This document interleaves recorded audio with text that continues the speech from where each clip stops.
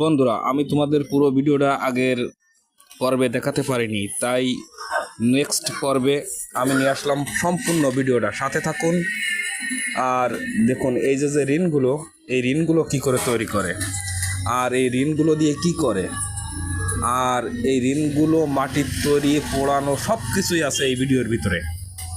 বন্ধুরা, তোমরা সবাই সাথে থাকো আর দেখতে থাকো।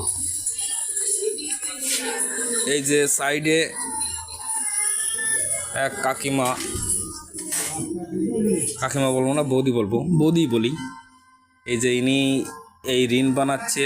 আর তার আগে একটু দেখাই, এই যে ধান, যা আপনারা আগের পর্বে দেখেছেন, ধান লাগাইছে, মানে এই যে ধান ফেলাইছে, পাতো হয়েছে, খুব সুন্দর পাতো হয়েছে এবছর। তো আবারও চলে এলাম পালপাড়ায়। সেই পালপাড়ায় এসে দেখছি এক বৌদিমণি এই জায়গায় বানাচ্ছে, মানে এই যে ঋণ বানাচ্ছে। অনেকে ঋণ বলে, শাড়ি বলে, সিলাপ বলে, তো যে জায়গার যে ভাষা। তো আমরা দেখব যে এই বৌদিমণি কি করে এই মাটি দিয়ে এত সুন্দর সুন্দর ঋণ তৈরি করে।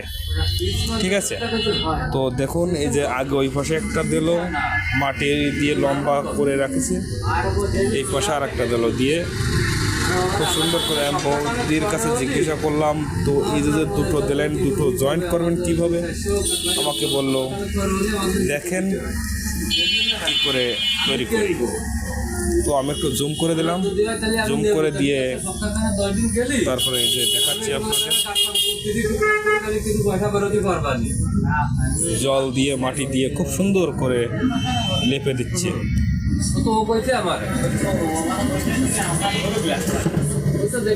কি সুন্দর একটা শাড়ি বানানো হয়ে যাবে। আর আমি যতদূর শুনেছি এই শাড়িগুলো এরা মানে পোড়াইয়ে বিক্রি করে। এর এক একটা শাড়ির মূল্য 125 টাকা পাইকারি রেট। জানি না খুচরা কত করে বেচে।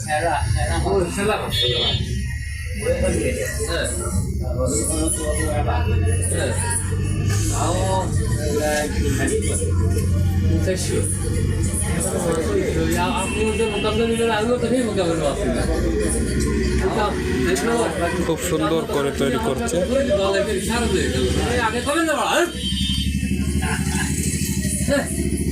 আমি না খেয়ে মরতেছি, আমি জাল দেন না